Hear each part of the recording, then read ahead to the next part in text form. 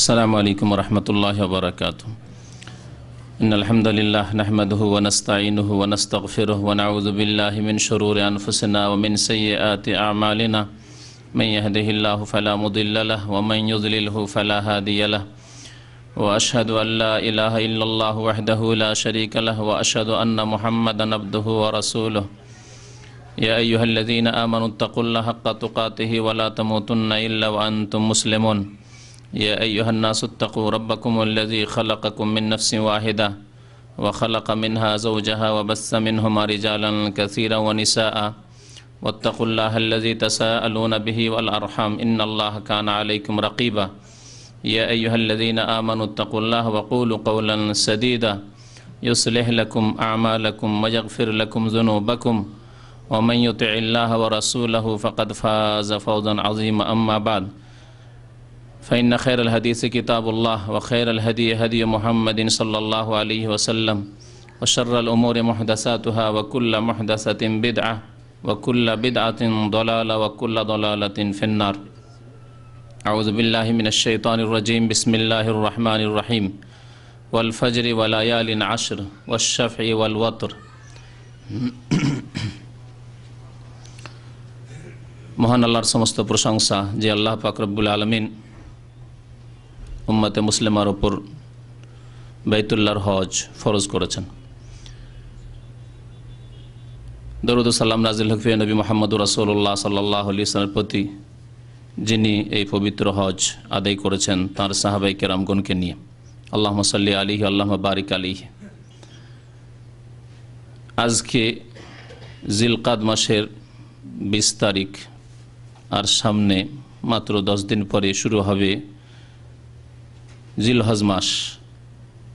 এই মাসগুলি হচ্ছে হজের মাস। গত সপ্তাহে এই হজ সম্পর্কে হজের গুরুত্ব ফজিলত বলতে গিয়ে বলেছি আল হাজ্জু আশহুরুম মালুমাত। হজের কয়েকটি মাস রয়েছে যা শুরু হয় শাওয়াল থেকে, জিলকাদা, তারপরে জিলহজ মাসের 10 তারিখ। এই শেষ 10 দিন অর্থাৎ জিলহজ মাসের 1 তারিখ থেকে শুরু করে 10 তারিখ পর্যন্ত এই দিনগুলি অত্যন্ত ফজিলতের দিন, অত্যন্ত মর্যাদার দিন। এই দিনগুলিতে আল্লাহ পাক রব্বুল আলামিনের বহু সুন্দর সুন্দর ইবাদত বন্দেগী রয়েছে। এই দিনগুলিতে বেশ কিছু করণীয় আমাদের রয়েছে। এই দিনগুলির আমল সবচাইতে প্রিয় আমল আল্লাহ পাক রব্বুল আলামিনের নিকট। সময় কাছে আসছে, সুতরাং আজকের অনুষ্ঠানে এই 10টি দিন সম্পর্কে, 10টি দিনের যেসব করণীয় আমল রয়েছে সে সম্পর্কে আপনাদের সামনে কিছু কথা তুলে ধরার চেষ্টা করব। আরও একটি বিষয় রয়েছে, তা হচ্ছে কুরবানির বিষয়।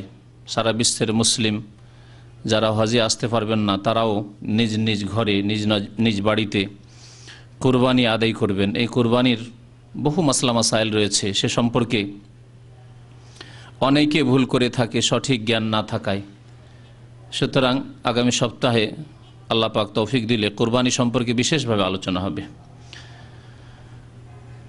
এই 10টি দিন জিলহজ মাসের প্রথম 10 দিন, এই দিনের কথা আল্লাহ পাক রব্বুল আলামিন কোরআনে কারিমে উল্লেখ করেছেন। আম্পারার একটি সূরায় আল্লাহ পাক ইরশাদ করেছেন ওয়াল ফজরি ওয়া লায়ালিন আশর ওয়াশ শাফঈ ওয়াল ওয়াতর। আল্লাহ পাক এখানে কয়েকটি বিষয়ের শপথ করেছেন, কসম করেছেন। ওয়াল ফজর, আল্লাহ পাক শপথ করেছেন ফজরের, ভোরের শপথ। সেটি প্রত্যেক দিন যে ভোর হয় সেই ভোরের হতে পারে, যেমন অনেক তাফসীরকারগণ বলেছেন, এবং এটি বাহ্যিক অর্থ। আল্লাহ পাক ভোরের, ফজরের শপথ করেছেন। আর কোন কোন তাফসীরকারগণ বলেছেন যে এই ভোরটি হচ্ছে জিলহজ মাসের 10 তারিখের ভোর,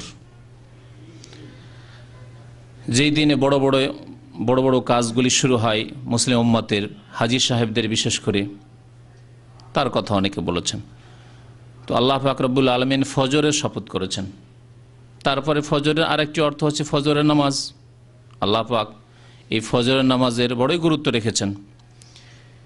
এই ফজরের নামাজ যার সম্পর্কে বহু হাদিস রয়েছে নবী করিম সাল্লাল্লাহু আলাইহি সাল্লামের, তার ফজিলত সম্পর্কে, তার গুরুত্ব সম্পর্কে। এই ফজরের সালাতের কথা, নামাজের কথা আল্লাহ পাক স্বয়ং কোরআন কারীমের আরেকটি আয়াতে উল্লেখ করেছেন, ওয়া কোরআন আল ফজর ইন্না কোরআন আল ফজর কানা মাশহুদা আকিমিস সালাতা লিদুলুকিশ শামসি ইলা গাসাকিল লাইল ওয়া কোরআন আল ফজর ইন্না কোরআন আল ফজর কানা মাশহুদা। এই ফজরের নামাজ এবং তার তেলাওয়াতকে আল্লাহ পাক কোরআনুল ফজর, ফজরের কোরআন অর্থাৎ ফজরের কিরাআত, ফজরের তেলাওয়াত আল্লাহ পাক উল্লেখ করে বলছেন যে তাতে অসংখ্য ফেরেশতা উপস্থিত হয়ে থাকেন, হাজির হয়ে থাকেন। দুই শিফটের ফেরেশতা, রাতের ফেরেশতা, দিনে যেসব ফেরেশতাগণ ডিউটি করবেন তারা সকলেই উপস্থিত হয়ে থাকেন। তো আল্লাহ পাক ফজরের শপথ করেছেন প্রথম, তারপরে ইরশাদ করেছেন ওয়ালায়ালিন আশর, এবং 10টি রাতের শপথ। এগুলি আল্লাহ পাক রব্বুল আলামিনের শপথ। আল্লাহ পাক তার সৃষ্টি জগৎ থেকে বিভিন্ন বস্তু, বিভিন্ন বিষয়ের শপথ করে থাকেন। কোরআনে কারিমে এরকম বহু শপথ রয়েছে আল্লাহ পাক রব্বুল আলামিনের। ওয়ালায়ালিন আশর, আমি আল্লাহ শপথ করছি 10টি রাতের। কোরআনের ভাষায় দিন রাত সবগুলি মিলিয়ে রাতও বলা হয় কোনো জায়গায়, আবার দিন রাত মিলিয়ে দিনও বলা হয়। যেমন আমরা বলেছি যে আমি 10 দিনের জন্য সফরে যাচ্ছি, এর মানে এই নয় যে শুধু দিনগুলি সফরে, আপনার দিন রাত সব কিছু সামিল। তো আরবি ভাষায় ওই রকমই 10 দিন বলে দিন রাত উদ্দেশ্য করা হয়, 10টি রাত বলে রাত দিন উভয়কেই উদ্দেশ্য করা হয়। এখানে রাত বলে দিন রাত দুটোকেই উদ্দেশ্য করা হয়েছে। ওয়ালায়ালিন আশর, আর 10টি রাতের মানে 10 দিনের আমি আল্লাহ শপথ করছি। আল্লাহ পাক রব্বুল আলামিন যে কোনো বিষয়ের শপথ করেছেন তার গুরুত্ব দেখানোর জন্য, তার ফজিলত মানুষের সামনে তুলে ধরার জন্য, বান্দার সামনে, যাতে করে মানুষ অনুধাবন করতে পারে যে এসব বিষয়ের বা এসব বস্তুর গুরুত্ব রয়েছে, ফজিলত রয়েছে, মর্যাদা রয়েছে, যেগুলি আমাদেরকে জানতে হবে যে এসবের কি মর্যাদা রয়েছে, ফজিলত রয়েছে। ওয়ালায়ালিন আশর, এই 10টি দিন সম্পর্কেই আজকে আলোচনা করব যে এই দিনগুলিতে আমাদের করণীয় কি। আল্লাহ পাক তারপরে বলছেন ওয়াশফায়ে ওয়াল ওয়াতরি, এবং জোড়ের শপথ আর বেজোড়ের শপথ। শাফা মানে জোড়, আর তার বিপরীত হচ্ছে ওয়াতর বা উইতর। বেতরের নামাজকে আমরা বেতর বলি, উইতর ওয়াজের ওয়ে, এটিকে আমাদের দেশের মানুষ ব করে দেয়, এজন্য বেতরের নামাজ হয়ে গেছে, কিন্তু তা আসলে বা দিয়ে আরবিতে নয়, ওয়াও দিয়ে। তো উইতর হয় আর ওয়াতর হয়, দুটোরই অর্থ হচ্ছে বেজোড়। বেতরের নামাজ যেহেতু বেজোড়, সে 1 হোক, 3 হোক, 5 হোক, 7 হোক, 9 হোক, বেজোড়, সেই জন্য বেতর নামাজকে বেতর বলা হয়। আল্লাহ পাক রব্বুল আলামিন বেজোড়, একক, তাই হাদিসে রয়েছে ইন্নাল্লাহ উইতরুন ইউহিব্বুল উইতরা, আল্লাহ পাক বেজোড়, সুতরাং বেজোড়কে ভালোবাসেন। বহু ইবাদত বন্দেগীর ক্ষেত্রে, বহু জিকির আজকারের ক্ষেত্রে বেজোড়ের কথা রয়েছে, 3 বার করে পাঠ করার কথা রয়েছে। তো এখানে জোড়ের আল্লাহ শপথ করেছেন। এই জোড়ের তাফসির কি, বিভিন্ন তাফসির রয়েছে, তার মধ্যে এখানে যে তাফসিরটি উল্লেখ করব তা হচ্ছে জোড় দিন, মানে যেই দিনটি বেজোড় নয়, অর্থাৎ কোরবানির দিন, ইয়ামুন নাহার। এই 10 দিনের মধ্যে একটি দিন হচ্ছে কোরবানির দিন, ইয়ামুন নাহার। এই কোরবানির দিনকে উদ্দেশ্য করা হয়েছে শাফা থেকে একটি তাফসির, যেমন আব্দুল্লাহ বিন আব্বাস রাদিয়াল্লাহু তাআলা আনহুমা এই তাফসির করেছেন, আর অন্যান্য সাহাবা তাবেঈনরা এই তাফসির উল্লেখ করেছেন। তারপরে আল্লাহ বলছেন ওয়াল ওয়াতর, বেজোড়। বেজোড় কি? বেজোড়ের তাফসির একাধিক তাফসিরকারগণ করেছেন, নানা মত পেশ করেছেন। তার মধ্যে এখানে যে তাফসিরটি উল্লেখ করার প্রয়োজন তা হচ্ছে এটি হচ্ছে আরাফার দিন, বেজোড় দিন। আরাফার তারিখ হচ্ছে 9 তারিখ, বেজোড় দিন। তাহলে আল্লাহ পাক রব্বুল আলামিন এখানে 10টি দিনের কথা আমভাবে, সাধারণভাবে উল্লেখ করেছেন। তারপরে বিশেষ করে 9 তারিখ আরাফা, ওয়াল ওয়াতর বেজোড় দিন, ওয়াশফা হচ্ছে 10 তারিখ কোরবানির দিন আল্লাহ পাক রব্বুল উল্লেখ করেছেন। এই দিনগুলির গুরুত্ব দেখানোর জন্য, এই দিনগুলিতে বহু আমল রয়েছে, যে আমল সম্পর্কে একজন মুসলিমকে সঠিক জ্ঞান হাসিল করতে হবে এবং সেসব আমল করতে হবে, সেসব বাতলানোর জন্য। এই দিনগুলির ফজিলত সম্পর্কে নবী করিম সাল্লাল্লাহু আলাইহি সাল্লামের বেশ কিছু হাদিস রয়েছে। সবচাইতে প্রসিদ্ধ হাদিস সহিহ বুখারী মুসলিমে রয়েছে। আব্দুল্লাহ বিন আব্বাস রাদিয়াল্লাহু তাআলা আনহুমা হাদিসটি বর্ণনা করেছেন, মা মিন আইয়ামিন আল আমালুস সালেহ ফিহা আহাব্বু ইলাল্লাহ মিন হাযিহিল আইয়াম আল আশর। এমন কোনো দিন নেই যেই দিনে নেক আমল, সৎ আমল, আল আমালুস সালেহ, নেক আমল আল্লাহর নিকট প্রিয় হতে পারে মিন হাযিহিল আইয়াম, এই দিনগুলির তুলনায়। অর্থাৎ আল আশর, জিলহজ মাসের প্রথম 10 তারিখ, এ প্রথম 10 দিনের নেক আমল চাইতে অন্য কোনো নেক আমল আল্লাহর নিকট প্রিয় হতেই পারে না। অর্থাৎ সবচাইতে প্রিয় আমল আল্লাহ পাকের নিকট এই 10 দিনের নেক আমল। নবী করিম সাল্লাল্লাহু আলাইহি সাল্লাম এই কথা উল্লেখ করলেন। সাহাবারা মজলিসে ছিলেন, তারা জিজ্ঞাসা করলেন, কালু ইয়া রাসূলুল্লাহ, আল্লাহ রাসূল সাল্লাল্লাহু আলাইহি সাল্লাম, ওয়ালাল জিহাদু ফি সাবিলিল্লাহ, এমনকি আল্লাহর রাস্তায় জিহাদ করাও এই দিনগুলির নেক আমলের তুলনায় উত্তম হবে না বা আল্লাহর নিকট প্রিয় হবে না? কারণ জিহাদ ফি সাবিলিল্লাহ এমন একটি আমল, যে আমলকে নবী করিম সাল্লাল্লাহু আলাইহি ওয়াসাল্লাম হাদিসে বলেছেন জিরওয়াতু সানামিহিল জিহাদ, দিনের চূড়া,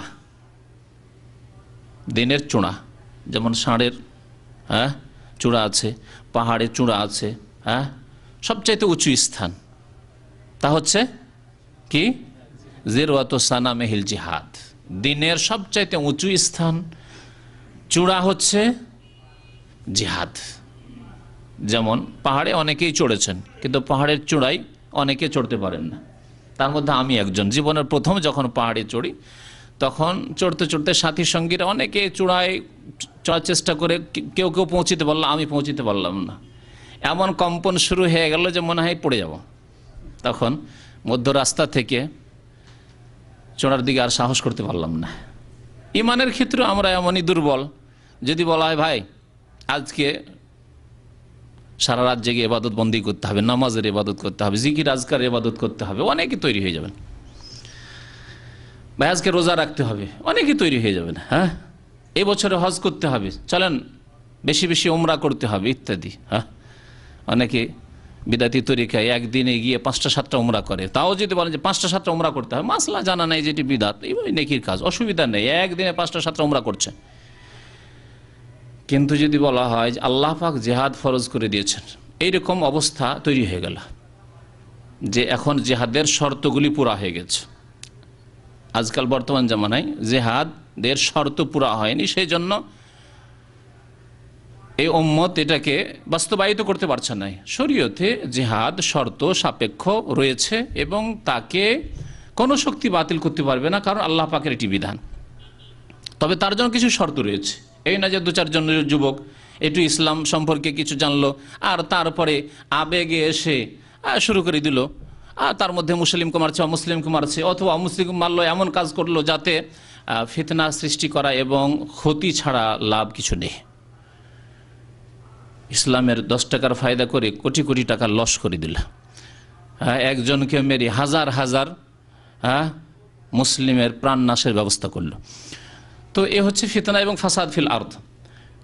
আর শর্ত সাপেক্ষ, তার মধ্যে একটি শর্ত হচ্ছে যে মুসলিম সরকার, ইসলামিক সরকার যখন পিছনে থেকে আদেশ করবে, ইন্নামাল ইমামু জুন্নাতুন ইউকাতালু মিন ওয়ারাইহি, নবী করিম সাল্লাল্লাহু আলাইহি ওয়াসাল্লাম একটি শর্ত, প্রথম শর্ত বলেছেন যে ইমাম হচ্ছে ঢাল স্বরূপ।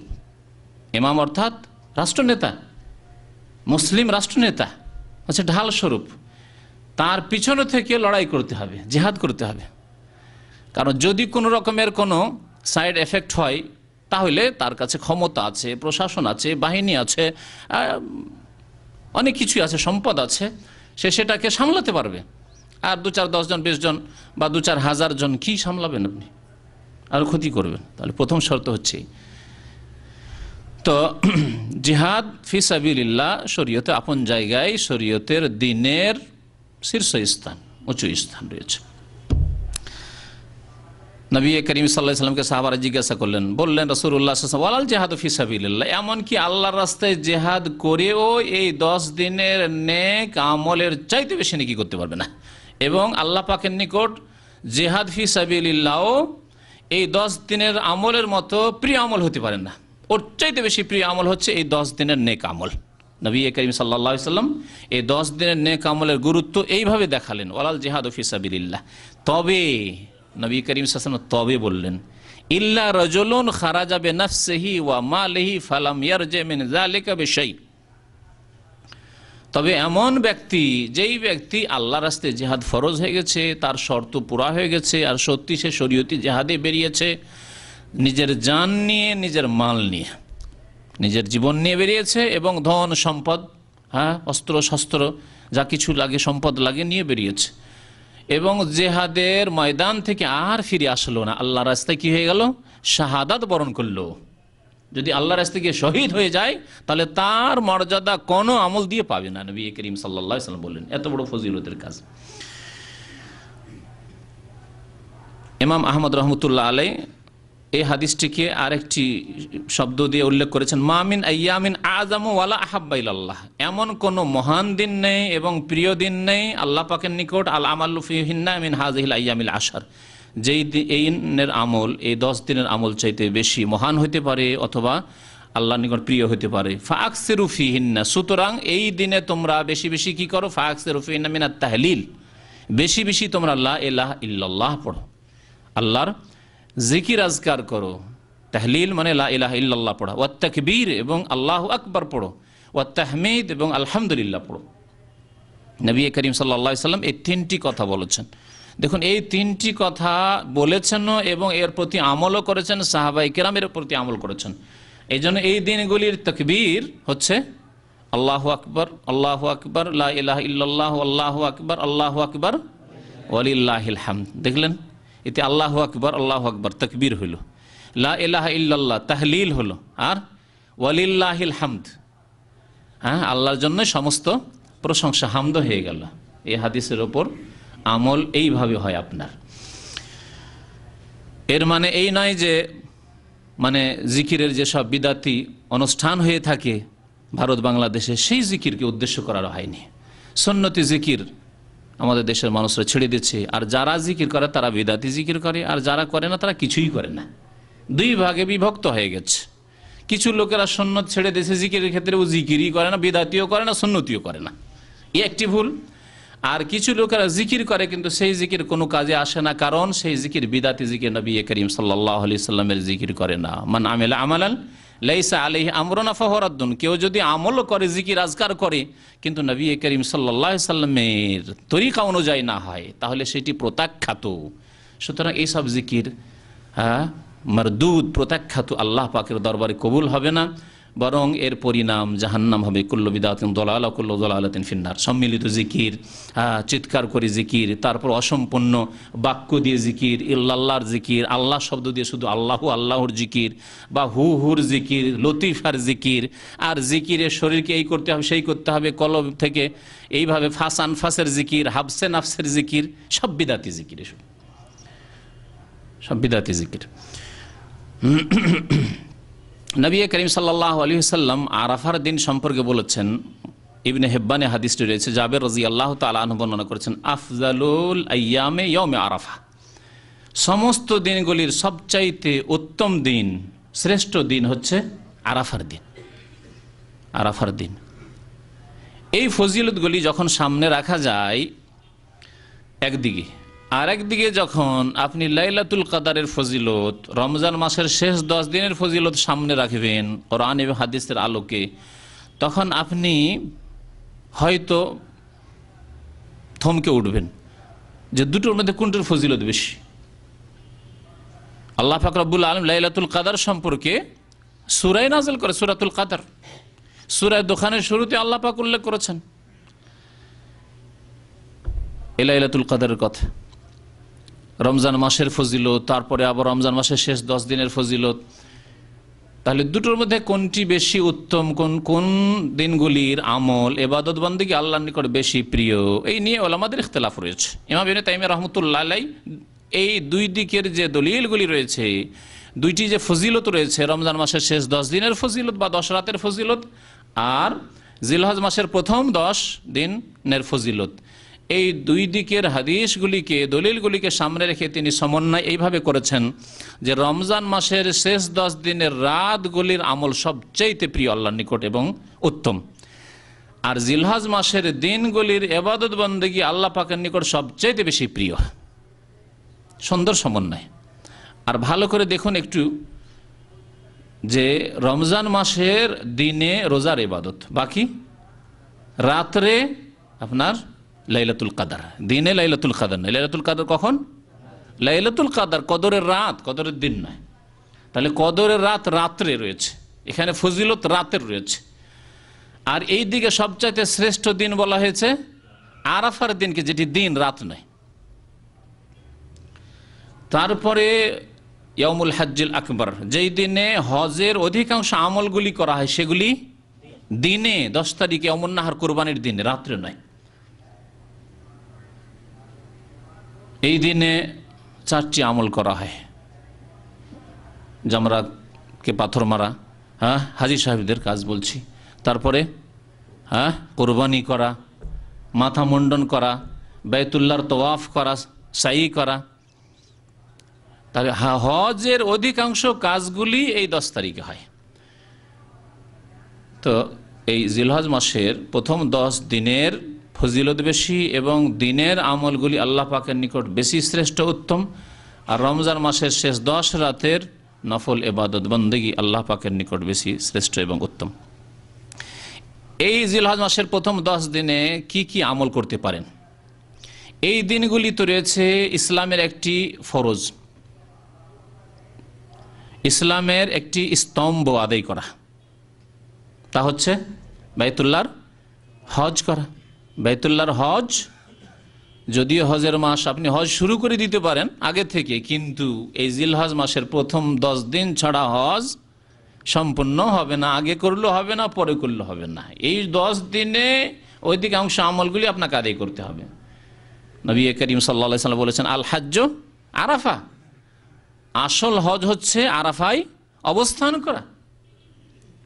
যেই ব্যক্তি আরাফায় অবস্থান করলো না, হাজির হতে পারলো না, তার হজ নেই। আরাফার দিনের আগে মক্কা মদিনায় থাকলো, মেনা আরাফায় থাকলো, হজ হবে না যদি আরাফার দিনে আরাফে হাজির না হতে পারে। আরাফার দিনের পরে গিয়ে যদি 10 তারিখে গিয়ে আরাফায় পৌঁছে, কাজ হবে না, হজ হবে না। আল হজ্জ আরাফা। তো হজ আল্লাহ পাক রব্বুল আলামিন ফরজ করেছেন বাইতুল্লাহর, আর এই হজের অধিকাংশ আমলগুলি আদায় হয় এই জিলহজ মাসের প্রথম 10 দিনে। হজের ফজিলত সম্পর্কে আর বেশি কথা বাড়াচ্ছি না, কারণ গত সপ্তাহে হজের ফজিলত সম্পর্কে বেশ কিছু হাদিস উল্লেখ করা হয়েছে। শুধু ইশারা ইঙ্গিত করছি যে হজে যদি একজন হাজী সাহেব হজে যান হালাল পয়সা নিয়ে, এবং সেখানে গিয়ে যদি কোনো রকমের পাপ না করেন, ফালা রাফাসা ওয়ালা ফুসুক ওয়ালা জিদালা ফিলা, না ঝগড়া বিবাদ করলো, না কোনো ফাসিকি গুনার কাজ করলো, না অন্যায় কাজ করলো, তাহলে রাজা কায়াউমিন ওয়ালাদাত উম্মুহু, মায়ের পেট থেকে ভূমিষ্ঠ হওয়ার মতো হয়ে ফিরে আসবে। শিশু মায়ের পেট থেকে ভূমিষ্ঠ হলে যেমন নিষ্পাপ মাসুম হয়ে আসে, তার আমলনামা ফেরেশতাকে আল্লাহ পাক দিয়েছেন, যেদিন ভূমিষ্ঠ হচ্ছে শিশু, আমলনামা একবার ক্লিন, পরিষ্কার হয়ে আছে, কোনো গুনাহ লেখা নেই। কিন্তু আমাদের আমলনামা কত যে কালো হয়ে আছে গুনাহ খাতায়। যদি আল্লাহ পাক মাফ করে দিয়ে থাকেন, আমাদের তওবা যদি খালেস অন্তর থেকে হয়ে থাকে, আর যদি সংশোধন করে নিই, তাহলে তো সেগুলি পরিষ্কার হয়েছে। তারপরেও কোনো কিছু লিখার পরে, বাচ্চাদেরকে আজকাল দেখছেন পেন্সিলে লিখার জামানা, তাই না? পেন্সিলে লিখে তারপরে মেটাবার ব্যবস্থা আছে, মিটিয়ে দিলেও জায়গাটিতে বোঝা যাবে যে এখানে কিছু লিখা হয়েছে। আপনার তওবা করে যদিও গুনাহ খাতা মাফ হয়েছে, তবুও খাতাতে লিখা হয়েছিল গুনাহ। পক্ষান্তরে মায়ের পেট থেকে ভূমিষ্ঠ যে হয়েছে, তার খাতা পরিষ্কার হয়েছে, একবার পরিষ্কার হয়ে আছে। কেমন পরিষ্কার হয়ে আছে? নতুন বছর শুরু হয় যখন পড়াশোনার, তখন ছেলে মেয়েদেরকে নতুন বই কিনে এনে দেন, খাতা কিনে এনে দেন, কিছুই লিখেননি খাতায়, ফ্রেশ হয়ে আছে। ওই রকম হয়ে ফিরে আসে হাজী সাহেবরা যদি হজ করে এবং হজ যদি কবুল হয়। হজ কবুল হলে তার উপহার আল্লাহ পাকের পক্ষ থেকে সবচেয়ে বড় উপহার, যার জন্য সমস্ত ইবাদত বন্দেগী, তা হচ্ছে ওয়াল হজ্জুল মাবরুর লাইসা লাহু জাযাউন ইল্লাল জান্নাহ। হজ যদি কবুল হয় তাহলে তার বদলা একমাত্র জান্নাত, একমাত্র জান্নাত। এর একটি উদাহরণ আমার মনে পড়ল। যে আপনাকে যদি কোনো আপনজন আপনার শ্বশুর আব্বাই হোক আর আপনার আব্বাই হোক, যেই কেউ হোক না কেন, আপনাকে 5 লাখ টাকা ধরিয়ে দিল যে বাবা তুমি বিদেশ যেতে চাও, কোনো বড় ব্যবসা করতে চাও, যা করতে চাও যাও, তুমি বিদেশ যাও, 5 লাখ টাকা ধরিয়ে দিল, তারপরে নিশ্চয়তা নেই যে আপনি বিদেশ আসতে পারবেন। হতে পারে ঠকে নিয়ে যাবে, এজেন্টে টাকা নিয়ে যাবে, অথবা রাস্তায় ছিনতাই হয়ে যাবে, কত কি হইতে পারে। কিন্তু আপনাকে যদি গন্তব্যস্থান, আপনার গন্তব্যস্থান টার্গেট হচ্ছে বিদেশ, আমি বিদেশ যাব, বিদেশে পৌঁছে দেওয়া হয় আপনাকে, পাসপোর্ট টিকিট দিয়ে আপনাকে প্লেনে উঠিয়ে দেওয়া হলো, তারপরে নামিয়ে দেওয়া হলো, বিদেশে নিয়ে আসা, গন্তব্যস্থানে পৌঁছে গেলেন আপনি। আল্লাহ পাক যদি বলতেন যে দেখো যদি হজ করো তোমাকে 10 লক্ষ নেকি দেওয়া হবে, আমাদের এক শ্রেণীর ভাইরা যখন লক্ষ লক্ষ কোটি কোটি নেকির কথা বলে না, তো এরকম যদি কোটি কোটি নেকিও বলা হয়তো, তারপরে নিশ্চয়তা নেই যে জান্নাতে যেতে পারবেন। কোটি কোটি নেকি থেকে যদি তার চেয়ে বেশি যদি গুনাহ থাকে, তাহলে কি করে জান্নাতে যাবেন? কিন্তু নবী করিম সাল্লাল্লাহু আলাইহি ওয়াসাল্লাম বলছেন যে হজ যদি করো আর হজ যদি কবুল হয় আল্লাহ পাকের দরবারে, লাইসা লাহু জাযাউন ইল্লাল জান্নাহ, তার জাযা প্রতিদান হচ্ছে জান্নাত, যে জান্নাতের জন্য সমস্ত ইবাদত বন্দেগী। হজ উমরা এই দিনগুলির খাস ইবাদত।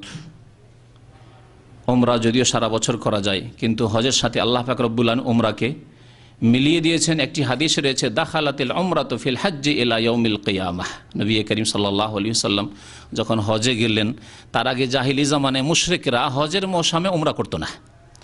হজের মৌসুমে উমরা করা, তামাত্তু করা কে তারা আফজারুল ফুজুর, মানে চরম অপরাধ মনে করত। নবী করিম সাল্লাল্লাহু আলাইহি ওয়াসাল্লাম যখন মক্কা পৌঁছলেন, ওহী আসলো, জিবরাইল আলাইহিস সালাম এসে জানিয়ে দিলেন যে আল্লাহ পাকের আদেশ যে এই সময় আপনারা উমরা করে হালাল হয়ে যেতে পারেন আর হজে তামাত্তু করতে পারেন। আবার 8 তারিখে ইয়ামুত তারবিয়াতে ইহরাম বাঁধবেন হজের জন্য। এই হজই হচ্ছে উত্তম হজ। নবী করিম সাল্লাল্লাহু আলাইহি ওয়াসাল্লাম সমস্ত সাহাবায়ে কেরামদেরকে আদেশ করলেন যে তোমরা তোমাদের নিয়তকে পরিবর্তন করে উমরা করে নাও, উমরা করে হালাল হয়ে যাও, হালাল হয়ে থাকো, 8 তারিখে হজের নিয়ত করবে, অর্থাৎ হজ্জে তামাত্তু করবে। শুধুমাত্র ওরা যারা সাথে করে কোরবানির পশু নিয়ে এসেছে, হাদি নিয়ে এসেছে, তারা যতক্ষণ পর্যন্ত কোরবানির পশু জবাই না হবে ততক্ষণ হালাল হতে পারবে না। ওয়ালা তাহলিকু রুউসাকুম হাত্তা ইয়াবলুগাল হাদিয়ু মাহিল্লাহ। আল্লাহ পাক কোরআনে কারীমে এই বিধান উল্লেখ করেছেন, তোমরা মাথা মুন্ডন করতে পারবে না যতক্ষণ পর্যন্ত তোমাদের হাদি কোরবানির পশুগুলি নিজের কোরবানি গাহ পর্যন্ত পৌঁছে না যায়, মানে জবাই না হয়ে যাবে। নবী করিম সাল্লাল্লাহু আলাইহি ওয়াসাল্লাম যেহেতু সাথে কুরবানি নিয়ে গেছিলেন, এরকম কিছু সাহাবায়ে কেরাম ছিলেন যারা সাথে করে কুরবানি নিয়ে যেতেন। এখনও যারা বেদুইন আছে নিজেরা উট পুষে, ছাগল পুষে, আমাদের দেশে যারা পোষে তারা কেন কিনতে যাবে? কেন কিনবে? নিজের বাড়ির কুরবানি দেখে শুনে লালন পালন করে কুরবানি দিলাম, তো তারা কুরবানি সাথে করে নিয়ে হজে যেত।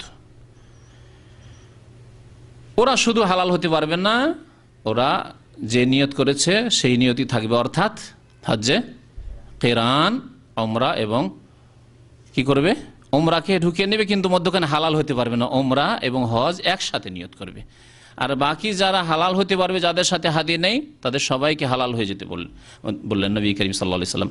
তো বলছিলাম যে নবী সাল্লাল্লাহু আলাইহি ওয়াসাল্লাম কি বলেছেন? দাখালাতিল উমরাতু ফিল হজ্জি ইলা ইয়াউমিল কিয়ামাহ। হজের মধ্যে উমরা প্রবেশ করে গেছে কিয়ামত পর্যন্ত এই বিধান, কিয়ামত পর্যন্ত এই বিধান।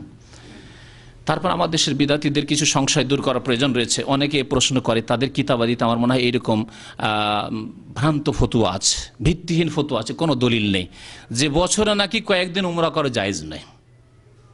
আরাফার দিন উমরা করা জায়েজ নয়, কুরবানির দিন উমরা করে, ইয়াউমুন নাহর কুরবানির দিন উমরা করা জায়েজ নয়, এইরকম কথাবার্তা তারা বলে। আর জিজ্ঞাসা বেশি বেশি করতে আসে, শুনেছেন নাকি তাদের কিতাবাইতে এইসব খেয়াল খুশি ফতুয়া রয়েছে। এগুলি কোরআন এবং হাদিসের কথা নয়। উমরা সারা বছরের যে কোনো দিনে হতে পারে। একজন মানুষ যার ফরজ হজ আদায় হয়ে রয়েছে, মক্কায় রয়েছে, আত্মীয় স্বজনের সাথে দেখা করতে গিয়েছে, অথবা মক্কায় থাকে, আরাফার দিনে খালি, হারাম খালি, আমি এই দিনে উমরাটা সেরে নিলাম, অসুবিধা আছে? কোরবানির দিনে সকাল সকাল খালি হয়ে রয়েছে, ফজর নামাজ পড়লে একজন মক্কাবাসী, আমার ফরজ হজ আদায় হয়ে রয়েছে, আমি উমরা করলাম সকালবেলা, অসুবিধা আছে কিছু? সুতরাং এমন কোনো দিন নেই যে এই দিনে উমরা করা না জায়েজ, এরকম ফতোয়া ভিত্তিহীন। দ্বিতীয় যে আমল হজ উমরার পরে, তা হচ্ছে এই দিনগুলির রোজা রাখা। এই দিনগুলির রোজা রাখা, বিশেষ করে আরাফার দিনের রোজা হাজি সাহেব ছাড়া অন্যদের জন্য, হাজিদের জন্য নয়, হাজিদের জন্য নবী করিম সাল্লাল্লাহু আলাইহি সাল্লামের সুন্নত হচ্ছে হাজী সাহেবরা রোজার চাইতে বড় ইবাদত আরাফায় অবস্থান করা এবং সেখানে জোহর আসর একসাথে নামাজ পড়ে নিয়ে দুয়া, জিকির, আজকার, ইবাদত বন্দেগী, আল্লাহকে ডাকা, আল্লাহর সামনে কান্নাকাটি করা, তওবা ইস্তিগফার করা, গুনাহমুক্ত হওয়ার জন্য আল্লাহর কাছে রোনা জারি করা, এই হচ্ছে তাদের উত্তম ইবাদত। এই জন্য নবী করিম সাল্লাল্লাহু আলাইহি সাল্লাম যখন হাজ্জাতুল ওয়াদাই বিদায় হজে ছিলেন তখন তিনি রোজা রাখেননি আরাফার দিনে। এটি হচ্ছে সুন্নাত হাজী সাহেবদের জন্য। যারা হজে যাবেন না, মক্কায় থাক অথবা বাইরে থাক, তাদের জন্য আরাফার দিনে রোজা রাখা বিশেষ করে, আর আরাফাত ছাড়াও অন্য অন্য দিনগুলিতে রোজা রাখা যেতে পারে। রোজার বড়ই ফজিলত রয়েছে, তার মধ্যে আরাফার দিনে রোজার একটি হাদিস বলি আপনাদেরকে।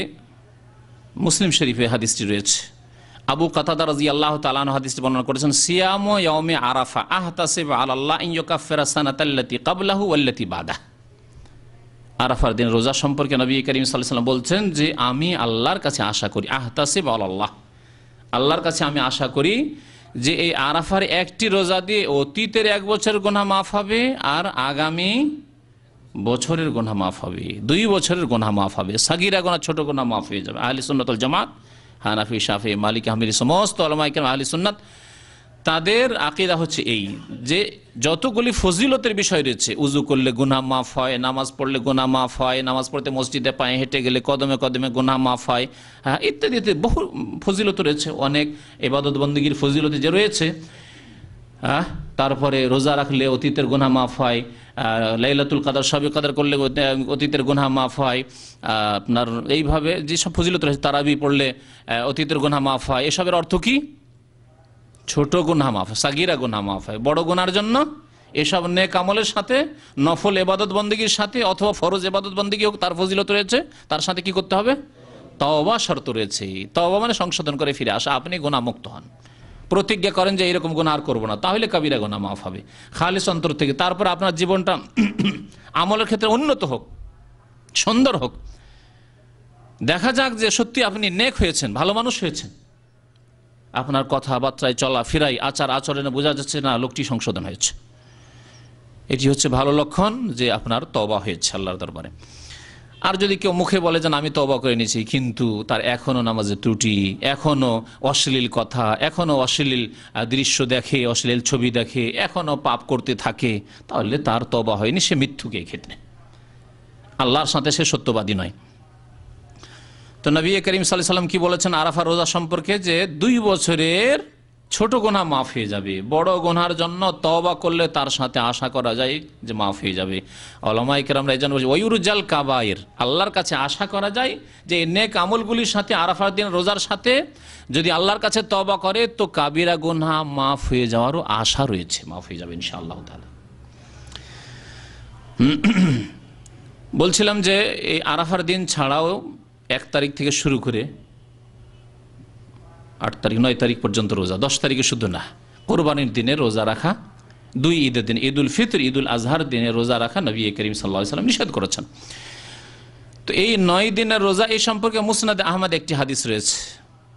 নবী করিম সাল্লাল্লাহু আলাইহি সাল্লামের কোন এক বিবি রাদিয়াল্লাহু তাআলা আনহা বর্ণনা করেছেন যে নবী করিম সাল্লাল্লাহু আলাইহি সাল্লাম ইয়াসুমু 9 জিলহিজ্জাহ, জিলহজ মাসের 9 দিন রোজা রাখতেন। 9 শব্দ এসছে, 9 মানে 9 হয়। এর কেউ কেউ অর্থ করেছেন যে নবম জিলহজ, অর্থাৎ জিলহজ মাসের 9 তারিখ, যদিও নবমের আরবি হচ্ছে তাসে, 9 নয়, তারপরেও আমরা বলি 9 তারিখ, 9 বলি। যেমন আজকাল লোকেরা বলে ক্লাস 2-এ পড়ছে, হ্যাঁ, কেউ বলছে সেকেন্ডে, কেউ 2-এ বলছে, 2-এ পড়ছে কি, কিন্তু চলছে। তো এইরকম হতে পারে যে 9 বলে নবম উদ্দেশ্য করা হয়েছে যে শুধু আরাফার দিনে রোজা রেখেছেন, আর এরও সম্ভাবনা রয়েছে যে 9 দিন রোজা রাখার কথা এখানে বলা হয়েছে। সুতরাং 9 দিনে রোজা রাখা যায়, বিশেষ করে এই দিনগুলি যেখানে অত্যন্ত ফজিলতের দিন, আর রোজা, নফল রোজার বড়ই ফজিলত রয়েছে। নবী করিম সাল্লাল্লাহু আলাইহি সাল্লামের খুব প্রসিদ্ধ হাদিস, মান সামা ইয়াওমান ফি সাবিলিল্লাহ, কেউ আল্লাহর সন্তুষ্টির জন্য আল্লাহর রাহে যদি 1 দিন রোজা রাখে, 1 দিন রোজা রাখে। আজকাল বিশেষ করে শীতকাল, এই জামানায় রোজা রাখা খুব সহজ, খুব সহজ। আপনি টের পাবেন না যে রোজা রাখলেন, কিন্তু আপনার ইবাদত হচ্ছে। আর কেমন ইবাদত? 1 দিন যদি রোজা রাখেন আল্লাহর রাস্তায়, একটি নফল রোজা, বাদ আল্লাহ বাইনাহু ওয়া বাইনান নারি ৭০ খরিফান, তার মাঝে এবং জাহান্নামের মাঝে আল্লাহ পাক রব্বুল আলামিন ৭০ বছরের দূরত্ব করে দেবেন। সুবহানাল্লাহ, ৭০ বছরের দূরে জাহান্নাম থাকবে, জাহান্নাম থেকে সে হাসরের মাঠে বিচার দিবসে ৭০ বছরের দূরত্ব থাকবে। আল্লাহ পাক রব্বুল আলামিন যেন আমাদের জাহান্নাম থেকে পরিত্রাণ দান করেন, আমিন। রব্বানা যালামনা আনফুসানা ওয়া ইল্লাম তাগফির লানা ওয়া তারহামনা লানাকুনান্না মিনাল খাসিরিন। তো এই দিনগুলির রোজা রাখবেন। রোজার নেকি, সিয়ামের নেকি স্বয়ং আল্লাহ পাক দেন, জানাই রয়েছে। এই দিনগুলির তৃতীয় আমল হচ্ছে তাকবীর এবং জিকির আজকার, যে কথা হাদিসে উল্লেখ করা হলো। আল্লাহ পাক কোরআনে কারিমে ইঙ্গিত করেছেন ওয়ায়াজকুরু ইসমাল্লাহি ফি আইয়ামিম মালুমাত। সূরা হজে আল্লাহ পাক উল্লেখ করেছেন ওয়ায়াজকুরু, তারা যেন স্মরণ করে ইসমাল্লাহি, আল্লাহর নাম, আল্লাহর নামের জিকির আজকার করে, ফি আইয়ামিম মালুমাত, জানা দিনগুলিতে। আইয়ামে মালুমাত কি? আইয়ামে মালুমাতের তাফসীর করেছেন মুফাসসিরিনগণ যে এই 10 দিন, জিলহজ মাসের 1 তারিখ থেকে শুরু করে 10 তারিখ পর্যন্ত আইয়ামে মালুমাত।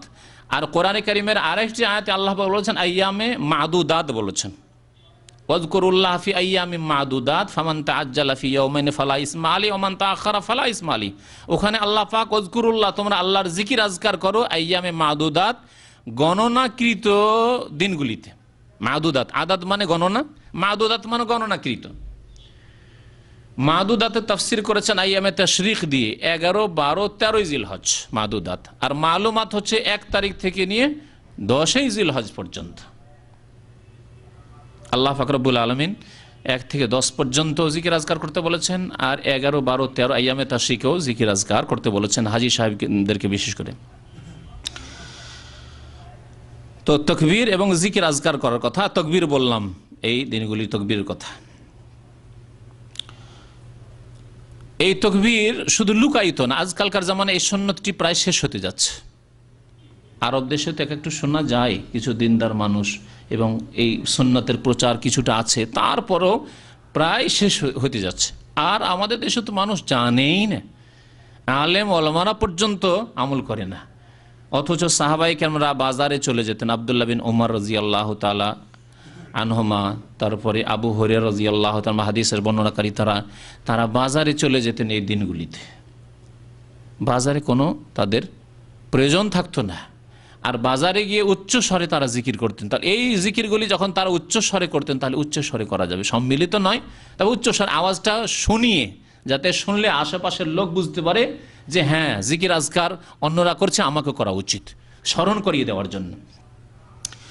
তো তারা এই জিকির আজকার বাজারে করতেন। সুতরাং বাজারে গিয়ে যেখানে লোকজনের ভাড় রয়েছে, সমাগম রয়েছে, যেখানে লোকজন কাপড় শোনাতে পারবেন, মসজিদ থেকে আসছেন, মসজিদে যাচ্ছেন, তখন রাস্তায় করছেন, আশেপাশে কিছু লোকের আছে, শুনবে, দেখাদেখি করবে, অথবা বাড়িতে ছেলেমেয়েরা রয়েছে, তারা গাফিলতিতে রয়েছে। আপনি যদি জিকির করেন, তাহলে আপনাকে অনুকরণ করে আপনার স্ত্রী, আপনার ছেলে মেয়ে, তারা দেখাদেখি, তারা জিকির আজকার করবে। তো এই তাকবীর, আল্লাহু আকবার, আল্লাহু আকবার, লা ইলাহা ইল্লাল্লাহ, আল্লাহু আকবার, আল্লাহু আকবার, ওয়ালিল্লাহিল হামদ, উচ্চ স্বরে পড়াই হচ্ছে মুস্তাহাব। ওয়ালি তুকাব্বিরুল্লাহ আলা মা হাদাকুম, আল্লাহ পাক বলছেন এই হজের যে আয়াতগুলি রয়েছে, হজ সংক্রান্ত আয়াত, সেই আয়াতগুলির একটি অংশ হচ্ছে ওয়ালি তুকাব্বিরুল্লাহ, তোমরা আল্লাহর তাকবীর পাঠ করবে, আলা মা হাদাকুম, যে আল্লাহ তোমাদেরকে হিদায়াত দান করেছেন, আল্লাহ তোমাদেরকে সঠিক পথ দেখিয়েছেন। চিন্তা করুন, যদি আমার আপনার কাফের ঘরে জন্ম হইতো, তাহলে বেরিয়ে আসা অত সহজ ছিল না। কত লোক রয়েছে অমুসলিম সমাজে, কাফের সমাজে, যাদের আল্লাহর প্রতি বিশ্বাস হয়ে যায়, যাদের আখিরাতের প্রতি বিশ্বাস হয়ে যায়, যারা ইসলামকে ভালো মনে করে, তারপরেও তাদের দুনিয়ার বাধার কারণে ইসলামে প্রবেশ করতে পারে না, ইসলাম কবুল করতে পারে না। দুনিয়ার লোভ, দুনিয়া নষ্ট হয়ে যাবে, ছুটে যাবে, কষ্ট হবে, আত্মীয় স্বজন সব বিচ্ছিন্ন হয়ে যাবে, আমি একা হয়ে যাব, আমার ওপর কত রকমের মুসিবত বিপদ আসতে পারে, ইত্যাদি ইত্যাদি। এসব শয়তান ভয় দেখিয়ে দেখিয়ে, শয়তান ইউখাউফু আউলিয়া, ভয় দেখায়, ভয় দেখিয়ে দূরে সরিয়ে দেয়। তো আল্লাহ পাক রব্বুল আলামিন লাখ লাখ শুকরিয়া। তারপরে মুসলিমদের মধ্যে কত যে বিভ্রান্ত হয়ে রয়েছে, কবর মাজার পূজায় লিপ্ত রয়েছে এক শ্রেণীর লোকেরা। এক শ্রেণীর লোকেরা দিনকে একেবারে পরিবর্তন করে ফেলেছে, তাদের থেকে আল্লাহ পাক মুক্ত রেখেছেন। সেসব পরিবারে যদি জন্ম হইতো তাহলে হেদায়েত হওয়া বড়ই মুশকিল ছিল। আর যদি কারো সেখানে হয়ে থাকে, আল্লাহ পাক যদি হেদায়েত করে দিয়ে থাকেন, তাহলে আরও বেশি আল্লাহ পাকের শুকরিয়া আদায় করা উচিত যে আল্লাহ পাক আমাকে কোন জায়গা থেকে উঠিয়ে নিয়ে এসছেন। এই অবস্থায় যদি আমি মরে যেতাম তো লাকুনতু মিন আহলিন নার। আমর ইবনে আস রাদিয়াল্লাহু তাআলা যখন ইসলাম গ্রহণ করলেন, অনেক ইসলামের শত্রুতার পরে তারা ইসলাম গ্রহণ করেছেন, তো বলছেন যে একটা জামানা এমন ছিল যে সময় সবচাইতে বড় শত্রু আমার ছিল মুহাম্মদুর রাসূলুল্লাহ সাল্লাল্লাহু আলাইহি সাল্লাম। সবচাইতে বড় নিকৃষ্ট এবং খারাপ চেহারা ছিল মুহাম্মদুর রাসূলুল্লাহ সাল্লাল্লাহু আলাইহি ওয়াসাল্লামের চেহারা। সেই সময় ওয়ালাউ মাউতু ফি তিলকাল হাল, ওই দিনগুলিতে যদি আমি মরে যেতাম লাকুনতু মিন আহলিন নার, তাহলে আমি জাহান্নামে চলে যেতাম। ওই রকম আল্লাহ পাক যাদেরকে শিরক বিদাত থেকে, কবর মাজার থেকে, তাসাউফ পীর মুরিদের ভণ্ডামি থেকে, এসব থেকে যেসব ভাইদেরকে হিদায়াত দান করেছেন তাদের শুকরিয়া আদায় করা উচিত যে আলহামদুলিল্লাহ ওই অবস্থায় যদি আমি থেকে যেতাম বা ওই দিনগুলিতে যদি আমার মত হয়ে যেত লাকুনতু মিন আহলিন নার, তাহলে জাহান্নামে চলে যেতাম।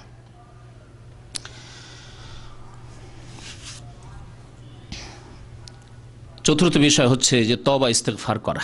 তওবা ইস্তেগফারের সময় হচ্ছে সব সময়, কিন্তু ফজিলতের দিনগুলিতে, ফজিলতের সময়ে, যে সময় আল্লাহ পাক রব্বুল আলামিন অত্যন্ত নিকটে, যেই সময়গুলিতে আল্লাহ পাকের রহমত অত্যন্ত কাছে, সেই সময়গুলিতে তওবা ইস্তেগফার করলে তাড়াতাড়ি কবুল হওয়ার আল্লাহর দরবারে আশা রয়েছে। সুতরাং এই দিনগুলিকে, এই সময়গুলিকে, যে জিলহজ মাসের 10 দিন রয়েছে, তওবা ইস্তেগফার এবং গুনাহ ত্যাগ করা, গুনাহ থেকে ফিরে আসা, এসব কাজে লাগানো উচিত। আল্লাহ পাকের দরবারে কাঁদা উচিত। একটু নফল নামাজ পড়েন, তাহাজ্জুদের নামাজ পড়েন, রাত্রে অন্ধকারে একটু উঠেন, ওঠার পরে নির্জনে আপনি কেঁদে আল্লাহর কাছে দোয়া করতে পারবেন। লোকের সামনে অনেক সময় হয়তো কান্না আসে না, আর লোকের সামনে ওইভাবে আপনি আপনার গুনাহের কথা বলে আপনি তওবা হয়তো করতে পারছেন না, তওবা অন্তর করছে, কিন্তু আপনি ওইভাবে যে আল্লাহকে ধরবেন, জড়িয়ে ধরতে পারছেন না। কিন্তু অন্ধকারে আপনি আল্লাহকে ওই যেভাবে ধরতে পারবেন সেই সময়টি কাজে লাগান। নবী করিম সাল্লাল্লাহু আলাইহি সাল্লাম বিশেষ করে শেষ রাতের ফজিলতের কথা বলেছেন। শেষ রাতে আল্লাহ পাক অত্যন্ত নিকটবর্তী হয়ে যান। সুতরাং এই সময়গুলিকে কাজে লাগাতে হবে। এই দিনগুলিতে বেশি বেশি নফল ইবাদত বন্দেগী করা, যে কোনো নফল ইবাদত বন্দেগী। নামাজের ক্ষেত্রে যেমন বললাম তাহাজ্জুদ, ইশরাক, সলাতুদ দুহা, চাশতের নামাজ, রোজার ক্ষেত্রে নফল রোজা, সাদকা, দান খেরাত, এবং দান খেরাতের মৌসুমও। আমরা অনেকে রমজান মাস সারা বছর দান খেরাত না করলে রমজান মাসে একটু তো দান খেরাত করি, কারণ রমজান মাস নেকির মাস। আজকাল উম্মতে মুসলিমার অধিকাংশ লোক জাকাত পর্যন্ত বের করে ওই রমজান মাসে, কারণ ফজিলতের মাস। তারপরে রমজান মাসের শেষে ঈদ আসছে, ঈদে মুসলিম ভাই বোনদের প্রয়োজন রয়েছে, লেবাস পোশাকের প্রয়োজন রয়েছে, তাদের খাবারের প্রয়োজন রয়েছে, এই ঈদের দিনগুলিতে একটু খুশি করার প্রয়োজন রয়েছে, তাদের সাথ দিতে হবে, সেই জন্য আমরা দান খেরাত করি। এই ঈদুল আজহা আসছে, ঈদুল আজহায় রয়েছে কোরবানি। অনেক ভাইরা রয়েছেন, প্রত্যেকের গ্রামে রয়েছে, যাদের কাছে পয়সা নেই যে কোরবানি দেবে। সারা বছর খাসি গরুর গোস্ত হয়তো খেতে পারেন না, আশা করে আছে যে যদি কুরবানির সময় আসে আর আল্লাহ করে যদি কুরবানি দিতে পারি তাহলে কুরবানির গোস্ত ছেলে মেয়েকে খাওয়াবো। আপনি 3-4টে কুরবানি দিতে পারবেন ইচ্ছা করলে। নবী করিম সাল্লাল্লাহু আলাইহি ওয়াসাল্লাম 100টি কুরবানি দিয়েছেন। আমাদেরকে এখান থেকে শিক্ষা নেওয়া উচিত। কুরবানি আমরা 10টি 20টি দিতে পারবো, আর একটি দিয়ে যথেষ্ট, যাক আমার ওয়াজিব আদায় হয়ে গেছে, ওয়াজিব বললে ওয়াজিব, অথবা সুন্নাতে মুআক্কাদা বললে সুন্নাতে মুআক্কাদা আদায় হয়ে গেছে, আমার ওয়াজিব আদায় হয়ে গেছে। আমরা কেন এরকম কুরবানি দিই না? আর কুরবানি সবগুলি নিজের ঘরে দিলাম, তারপরে অল্প অল্প করে আধা কিলো 1 কিলো করে গোস্ত শুধু দিয়ে এলাম। আমাদের আপন আত্মীয়দের মধ্যে এমন এমন গরিব আছে যাদেরকে গোস্ত দিতে গেলে লজ্জা পাবে। কিন্তু যদি লুকায়িতভাবে আপনি আপনার বাড়িতে একটি কুরবানি করলেন, কিন্তু আপনার আপন বোন আছে তার বাড়ি একটি কুরবানি পয়সা দিয়ে দিলেন, আপনার খালা ফুফু আছে তার বাড়ি একটা কুরবানির পয়সা দিয়ে দিলেন, আপনার চাচারা আছে গরিব অভাবে আছে তাদের বাড়ি একটা করে কুরবানির পয়সা দিলেন। আপনি মান সম্মানে নিজের বাড়িতে কুরবানি করেন, গ্রামের লোকেরা দেখলো মাশাআল্লাহ আপনার বোন কুরবানি করেছে, আপনার খালা ফুফু কুরবানি করেছে, আপনার চাচা কুরবানি করেছে, আপনার মামা কুরবানি করেছে।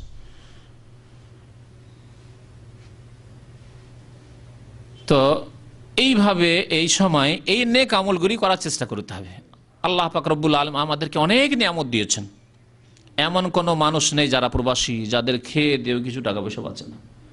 সুতরাং এই সময়ের পয়সা, জিলহজ মাসের পয়সা বা জিলকাদা মাসের পয়সা যদি আমরা 2-4টা কুরবানিতে লাগিয়ে দিই আত্মীয় স্বজনদের, তো কতই বড় নেকির কাজ।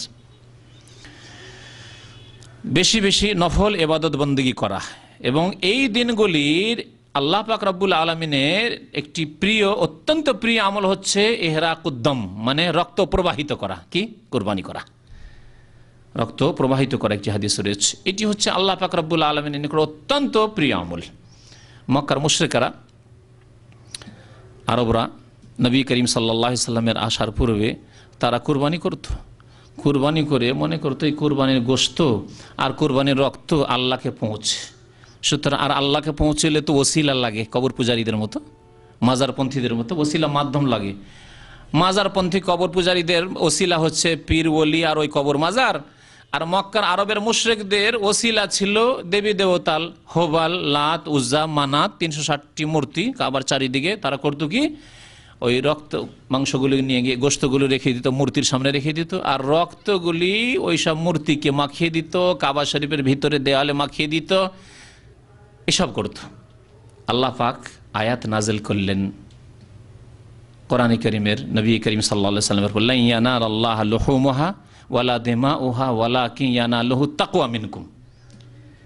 আল্লাহ পাকের নিকট গোশতও পৌঁছে না আর রক্তও পৌঁছে না, ওয়ালাকিন ইয়ানালুহু তাকওয়া মিনকুম, আল্লাহ পাকের নিকট তোমাদের পক্ষ থেকে যেটা পৌঁছে সেটা হচ্ছে তাকওয়া, আল্লাহ ভীরুতা।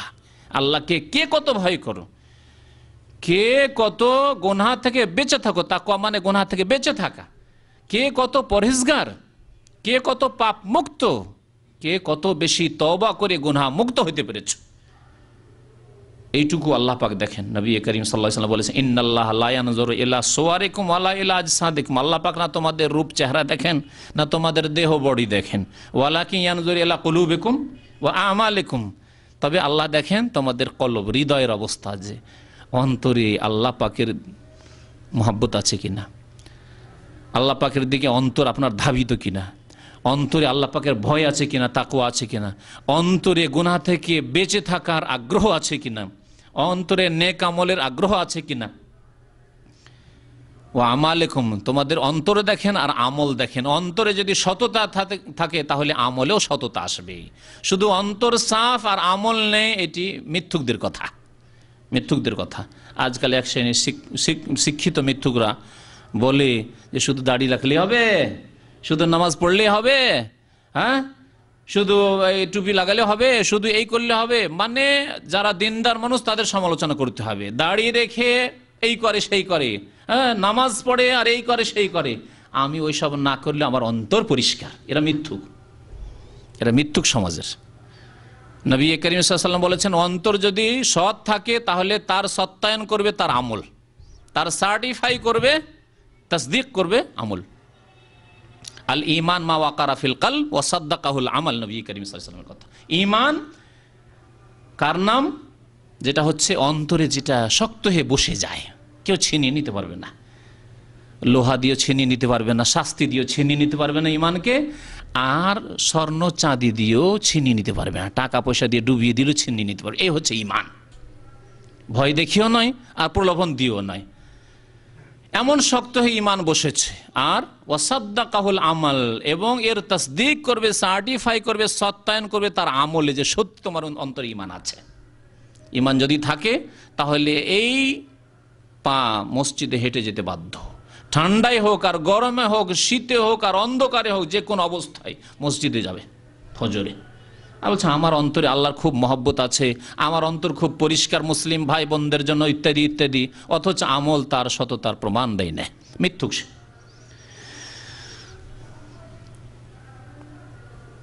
এই দিনগুলিতে তকবীরকে ওলামা আরো দুই ভাগে ভাগ করেছেন। তকবীর মুতলাক মানে বিশেষ করে 1 তারিখ থেকে নিয়ে এই 10 তারিখ পর্যন্ত তকবীরে মুতলাক, যে কোনো সময় তকবীর পড়বেন।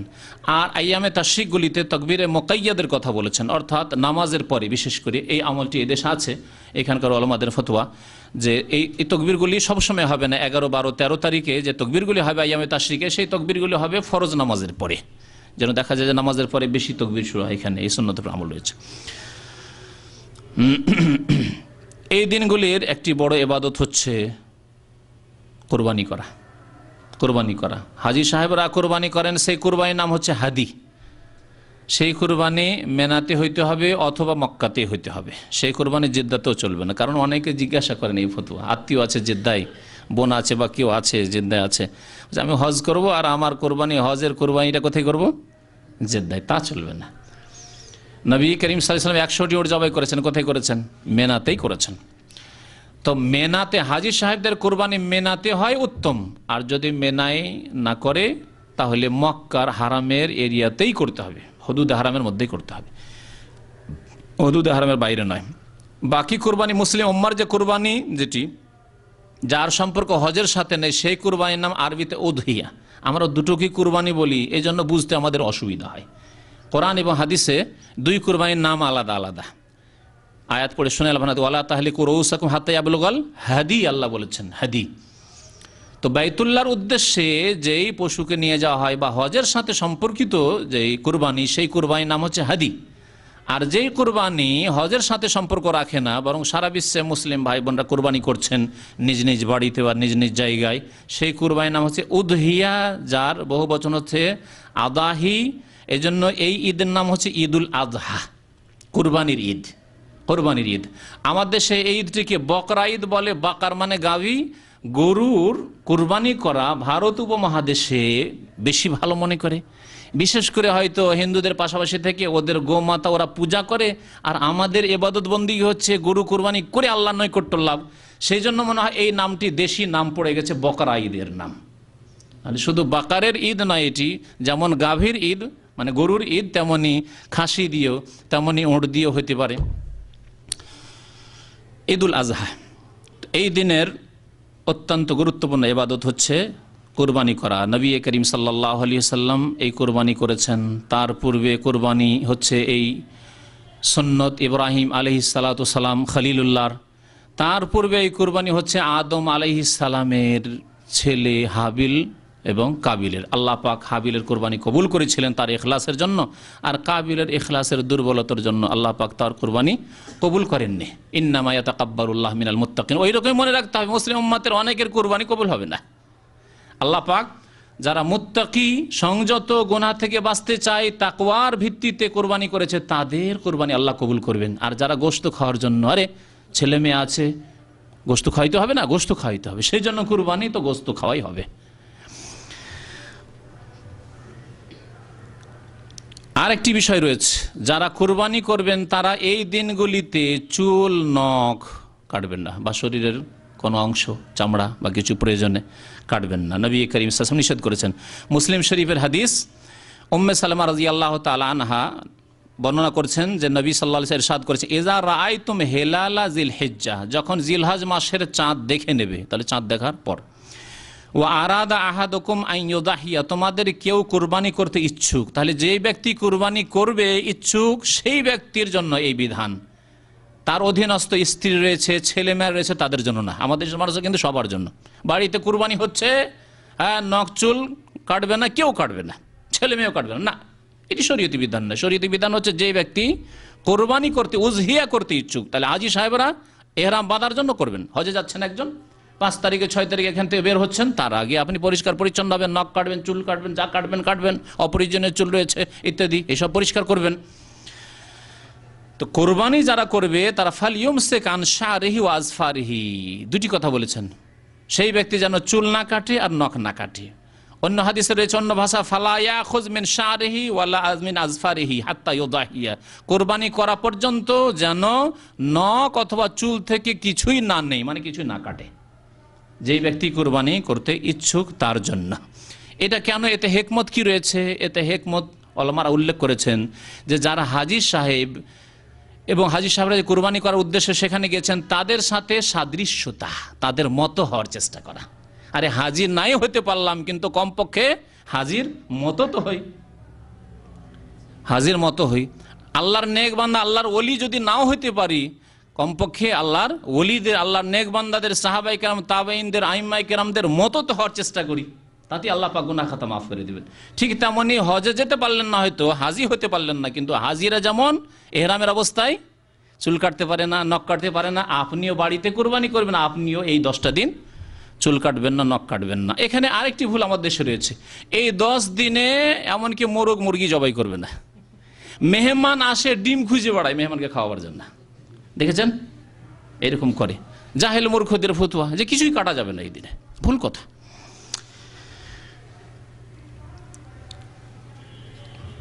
আল্লাহ পাক রব্বুল আলামিন যেন আমাদেরকে নেক আমলের তৌফিক দান করেন। আল্লাহ পাক যেন আমাদের গুনাহ খাতা মাফ করেন। আল্লাহ পাক যেন আমাদের খালেস অন্তর থেকে তওবা করার তৌফিক দান করেন। এই দিনগুলিতে রয়েছে ঈদ। এই ঈদ দিয়ে শেষ করি। ঈদের বেশ কিছু মাসলা মাসাইল রয়েছে, যেগুলি আজকে না বলে হয়তো অন্য সময় আলোচনা করা যাবে, যথেষ্ট সময় এখন রয়েছে সামনে। তো ঈদুল আজহা এটি হচ্ছে খুশির দিন, কিন্তু খুশি, ইসলামের খুশিতে আল্লাহর শুকরানা ইবাদত রয়েছে, নামাজ রয়েছে, তাতে রয়েছে খুতবা, সেই খুতবা শোনা, সেই খুতবাতে যা শুনলেন তা আমলে নিয়ে আসা। ঈদ অমুসলিমদের ঈদের মতো নয়। কাফেরদের যেসব ঈদ রয়েছে, উৎসব রয়েছে, তাতে সবচেয়ে বেশি তাদের পাপ হয়, সবচাইতে বেশি মদের ব্যবহার হয় তাদের, আর সবচাইতে বেশি তাদের লুচ্চামি বদমাইশি হয়। মুসলিমরা যদি ওই চরিত্র ধরে, ঈদের দিন আমাদের দেশের ফাসেক যুবক যুবতীদের দেখা যায় ঈদের দিন সবচেয়ে বেশি সিনেমা হলে ভিড়ভাড়, শোনা কথা বলছি, আর রাস্তা দিয়ে ঘুরতে ফিরতে দেখেছি এরকম। ঈদ যেমন ঈদের নামাজ পড়া হইলো, তেমন একবারে যুবক যুবতী চললো গ্রামের, পর্দা তো নেই, আর এই বাধা তো কিছু না, স্কুল কলেজের ছাত্র ছাত্রী সব চললো শহরে ঘোরাফেরার জন্য, পার্কে ভিড়ভাড়, আর তার সাথে সাথে সিনেমা হলে ভিড়ভাড়, বাজারে মার্কেটে ভিড়ভাড়, আর পাপের শেষ নাই। একই রিক্সায় চেপেছে যুবক যুবতী, তাদের কোনো রকমের মাহারাম হওয়ার কোনো আত্মীয়তা নেই। এই সমস্ত পাপ হয়ে থাকে ঈদে কাফেরদের অনুকরণে, কাফেরদের অনুকরণে। কাফেরদেরকে পাপ করতে দেখছে, এরাও এই রকমের পাপ করছে। এদের জন্য ঈদ নয়, ঈদ হচ্ছে ইন্নামাল ঈদুল লিমান তারাকাল খাতায়া। আরবি এক কবি বলেছেন, ঈদ তো তার জন্য যে ব্যক্তি গুনাহ খাতা ত্যাগ করে আল্লাহর দরবারে তওবা করলো, তার হচ্ছে ঈদ। ফাসেকের ঈদ কিসের, পাপীর ঈদ কিসের, তার ঈদ নয়। নতুন নতুন কাপড় পরেছে, নিজের ছেলে মেয়েকে কাপড় পরিয়েছে নতুন নতুন, তাদের ঈদ নয়। লাইসাল ঈদুল লিমান লাবিসাল জাদীদা ইন্নামাল ঈদুল লিমান তারাকাল খাতায়া। ঈদ তো আসল ওর জন্য যেই ব্যক্তি গুনাহ খাতা থেকে তওবা করেছে। আল্লাহ পাক যেন তাদের অন্তর্ভুক্ত হওয়ার তৌফিক দান করেন। আল্লাহ আমাদেরকে খালেস অন্তর থেকে তওবা করার জন্য তৌফিক দান করেন। আল্লাহ পাক আমাদেরকে নেক আমলের তৌফিক দান করেন। আল্লাহ পাক আমাদের ছেলে মেয়েদেরকে সৎ করার জন্য তৌফিক দান করেন। আমিন। সাল্লাল্লাহু আলা নবিয়ানা মুহাম্মদ ওয়া আলা আলিহি ওয়া সাহবিহি আজমাইন। 8 তারিখে ফজর, 9 তারিখ তকবীর শুরু করে শুধু না, এই তকবীরের যেটা মুতলাক মানে সবসময় তকবীর, সেটা প্রথম জিলহজ থেকে, প্রথম জিলহজ নামাজের পরে তকবীরটা আরাফার দিন থেকে আছে মনে হয়। প্রশ্ন 1-2টি এসেছে, আরও যদি কোনো প্রশ্ন থাকে তো সময় আছে, দিতে পারেন। আমি 50,000 দাম ধার্য করে এক টুকরো জমি কিনি, 45,000 টাকা বাইনা দিয়ে সেই জায়গায় 12,000 টাকার মাটি ফেলেছি। জমির মালিক টাকা ফেরত দিয়ে বলছে জমি দেবে না। না, তার জন্য জায়েজ নেই। যখন কথাবার্তা পাকা হয়ে গেছে তারপরে কথা উল্টানো জায়েজ নেই, হারাম, গুনাহগার সেই ব্যক্তি। এটি বেঈমানি, আল্লাহর কাছে জবাবদিহি করতে হবে। যদি আপনি এই যে বাইনামার সিস্টেম আমাদের দেশে, যদি আপনি বলতেন আমি জমি নেব না, তো আপনার 1 পয়সা দিত না। কিন্তু সে জোরপূর্বক মাটির টাকাও দেবে না বা মাটি কেটে নিতেও দেবে না। আপনি যে মাটি ভরেছেন, এখন যদি জমি নাই দেয় জোরপূর্বক, তাহলে যে মাটি ভরেছেন সেই মাটির পয়সা আপনাকে দিয়ে দিবে। এটি হচ্ছে তার ফরজ, না হয় আল্লাহর কাছে জবাব দিতে হবে। এবং এই মাটি সম্পর্কে কেউ যদি কারো জমি মাটি বেঈমানি করে, নবী করিম সাল্লাল্লাহু আলাইহি ওয়াসাল্লাম বলেছেন, মান আখাযা শিবরাম মিনাল আরদি যুলমান, কেউ যদি বেশি নয় আধা হাত জমি কারো বেঈমানি করে, তাওয়াকাহুল্লাহু ইয়াউমাল কিয়ামাতি 7 আরাদিন, তাহলে কিয়ামতের দিনে আল্লাহ পাক তার গলায় 7 তাবাক জমিন মালা স্বরূপ পরিয়ে দেবেন। 7 তাবাক জমিন, 7 স্তরের রয়েছে জমিনের, একটা স্তরের আমরা খোঁজ খবর রাখি না। তাহলে 7 স্তরের জমিন যে কত দূর পর্যন্ত আল্লাহ পাকের জমিন রয়েছে, সমস্ত জমিন তার গলায় আল্লাহ পাক চাপিয়ে দেবেন। ওয়ালাইসা বিহামিলি, কোনোদিন সেই জমি উঠাতে পারবে না সেই দিন। আল্লাহ বলবেন, নাও তোমার এই জমির জন্য ঝগড়া বিবাদ করেছিলে, বেঈমানি করেছিলে। আল্লাহ পাক যেন বুঝার তৌফিক দান করেন, আমল করার তৌফিক দান করেন। এই লোকের জন্য জায়েজ না। প্রথম কথা, জমির কথাবার্তা হয়ে গেছে, আল মুসলিমুন আলা শুরুতিহিম, হাদিসে রয়েছে, মুসলিমের যা শর্ত হবে শর্ত পুরা করতে হবে। শর্ত এসে জমি বিক্রি করে ফেলেছে, ওই মজলিসে থাকাকালীন যদি বলতো ভাই কথা বলেছিলাম কিন্তু তখনই আর দেওয়া হলো না, সেটা আলাদা কথা। মজলিস বরখাস্ত হয়ে গেছে, তারপরেই কেনা বেচা কমপ্লিট হয়ে গেছে, টাকা পয়সা দিক আর না দিক, তারপরে উপরন্তু টাকা পয়সাও দিয়ে রেখেছেন। তো যাই হোক, জমি আপনার হক, কিন্তু মুশকিলটা যে লিখে রাখেননি, এটা ভুল করেছেন। আল্লাহ পাক লিখতে বলেছেন, এইরকম আদান প্রদান আল্লাহ বলেছেন ফাকতুবু, লিখে রাখতে বলেছেন। এই ভুলটা করেছেন, এইরকম ভুল করবেন না। এমন মজবুত করে লিখে রাখবেন যেটা সরকারি সিস্টেম রয়েছে তাতে, যাতে বেঈমানি না করতে পারে, বা আপনি সরকারের আশ্রয় নিতে পারেন। বিচারের। আর একটি প্রশ্ন হচ্ছে মহিলাদের সম্পর্কে, মহিলাদের মুখে অনেক সময় পুরুষদের মতো দাড়ি এবং গোফের মতো দেখা যায়, এগুলো কেটে ফেলা কি জায়েজ হবে? হ্যাঁ, জায়েজ আছে।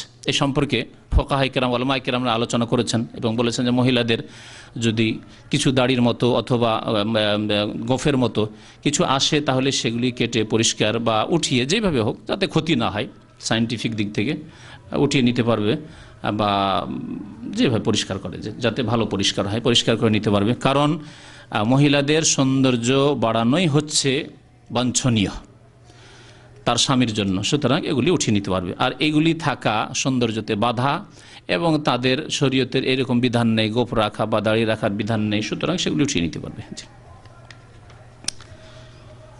ব্যতিক্রম আর একটি প্রশ্ন হচ্ছে, কোনো স্বামী যদি তার স্ত্রীকে বলে যে তুমি তোমার মা বাবা ভাই বোন কারো সাথে সম্পর্ক রাখতে পারবে না, এই অবস্থায় স্ত্রী কি স্বামীর কথা মেনে চলবে না কি করবে? কোনো স্বামীর জন্য জায়েজ নয় যে বলবে যে তোমার মা বাবা বা ভাই বোনের সাথে সম্পর্ক রাখতে পারবে না, এ কথা জায়েজ না। আপন ভাই আপন বোন বাবা মা এদের সাথে সম্পর্ক রাখতে পারবে না, এইরকম কথা বলা, এইরকম চাপ সৃষ্টি করা কোনো স্বামীর জন্য জায়েজ নয়, বরং এটি হারাম কথা, চরম অন্যায় কথা। আল্লাহ পাক রব্বুল আলামিন আত্মীয়তা বিচ্ছিন্নকারীকে জাহান্নামী বলেছেন। লা ইয়াদখুলুল জান্নাতা কাতিউন, যে ব্যক্তি আত্মীয়তা বিচ্ছিন্নকারী সে জান্নাতে যাবে না, ওর জন্য আল্লাহ পাক জান্নাত হারাম করেছেন।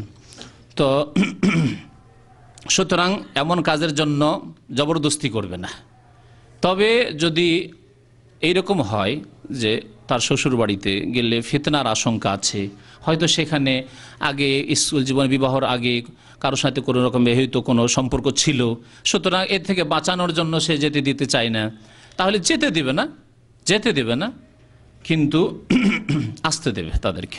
সম্পর্ক রাখার জন্য জরুরি নয় যে যেতেই হবে, বাবার বাড়ি যেতে হবে, মায়ের বাড়ি যেতে হবে, এরকম জরুরি নয়। কিন্তু মা দেখা সাক্ষাতের জন্য আসলে, বাবা দেখা সাক্ষাতের জন্য আসলে, ভাই আপন ভাই বোনেরা দেখা সাক্ষাতের জন্য আসলে অবশ্যই তাদেরকে আসতে দেবে, তাদের আপ্যায়ন করবে, তাদের সম্মান আদর যত্ন করবে, এটি হচ্ছে তাদের হক।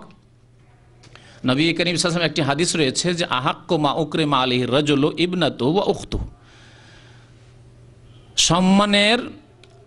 সম্মানের অধিকার রাখে মানুষ নিজের মেয়ে দিয়ে অথবা বোন দিয়ে। কি অর্থ? এর অর্থ হচ্ছে কেউ যদি আপনাকে মেয়ে দেয় তাহলে আপনি জামাই হলেন, তাহলে সেই ব্যক্তি যে মেয়ে দিয়েছে আপনাকে, শ্বশুর শাশুড়ি আপনার কাছে সম্মানের হক রাখে, আদর যত্নের হক রাখে।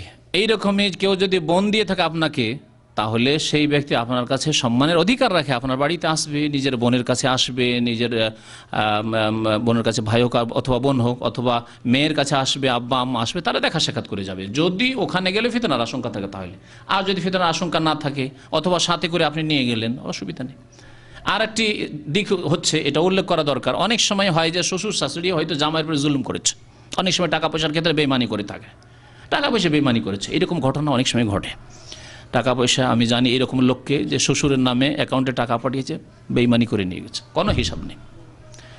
এইরকম যদি জুলুম অত্যাচার করে থাকে তাহলে স্বাভাবিক হয়তো রিয়াকশানে বাধা দিতে পারে, বাধা দেওয়া জায়েজ না। এই ক্ষেত্রে বলবেন আমি যাব না, আমার উপরে জুলুম করেছে সুতরাং আমি যাব না, তুমি যাও দেখা করে আসো, বা তারা আসুক, এসে দেখা সাক্ষাৎ করে যাক। কিন্তু একেবারে সম্পর্ক বিচ্ছিন্ন করতে বলবে, সেটি কোনো অবস্থাতেই জায়েজ নাই। বাবা মায়ের সাথে, আপন ভাই বোনের সাথে, চাচাতো ভাই, খালাতো ভাই, মামাতো ভাই, হ্যাঁ, তাদের সাথে দেখা সাক্ষাৎ করতে দেবে না, সেটি হক রয়েছে তার। জি, আর কিছু?